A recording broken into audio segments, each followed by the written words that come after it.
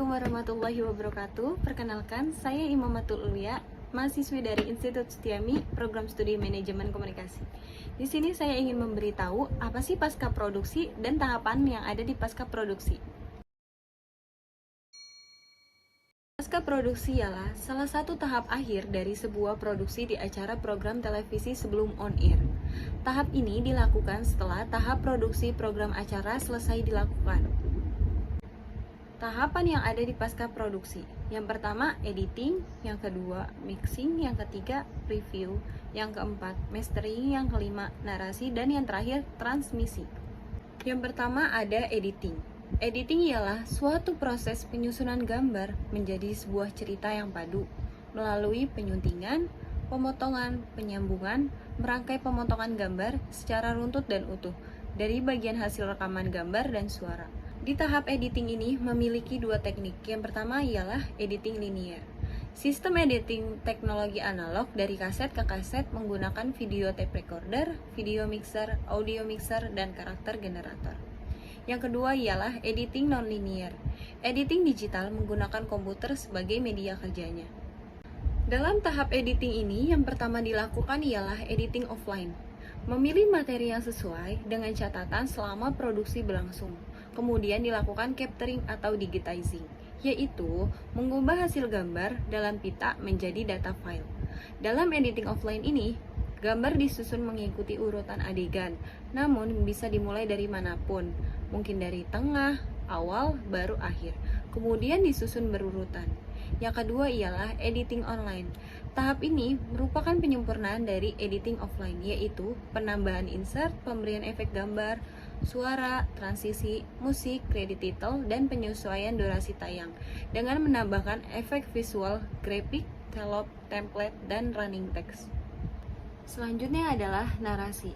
Narasi juga dibutuhkan di sebuah program. Narasi ini dibuat sebelum proses editing offline, di mana gambar yang telah diedit mengikuti narasi dibuat setelah susunan gambar tersusun rapi, barulah dibuat narasinya. Proses perekaman narasi biasanya dilakukan di ruang kontrol audio atau bisa juga direkam pada kamera. Teknik perekaman ini harus dilakukan dengan hati-hati, dikarenakan dapat terganggu suara-suara yang tidak perlu direkam. Contoh, suara kendaraan, suara orang lain yang tidak ada hubungannya dengan siaran. Selanjutnya ialah tahap mixing. Mixing adalah tahapan menyesuaikan, menyelarakan, menyeimbangkan suara, dan pemberian efek suara pada program dengan memperhatikan kepentingan gambar yang ditampilkan. Contohnya, gambar di tepi jalan bisa ditambahkan dengan efek suara motor untuk memberikan sentuhan emosi, keindahan, dan keharmonisan program tersebut. Proporsi diatur mana suara yang dominan dan mana yang dijadikan background. Jangan sampai semua suara saling terganggu.